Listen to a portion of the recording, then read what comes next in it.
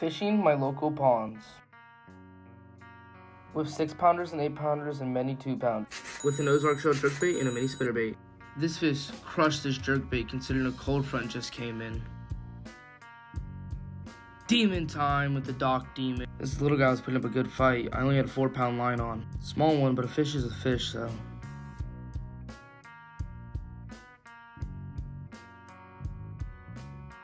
Demon time with the Dock Demon. Another little one, not the big fish we were after, but still was a healthy, beautiful bass.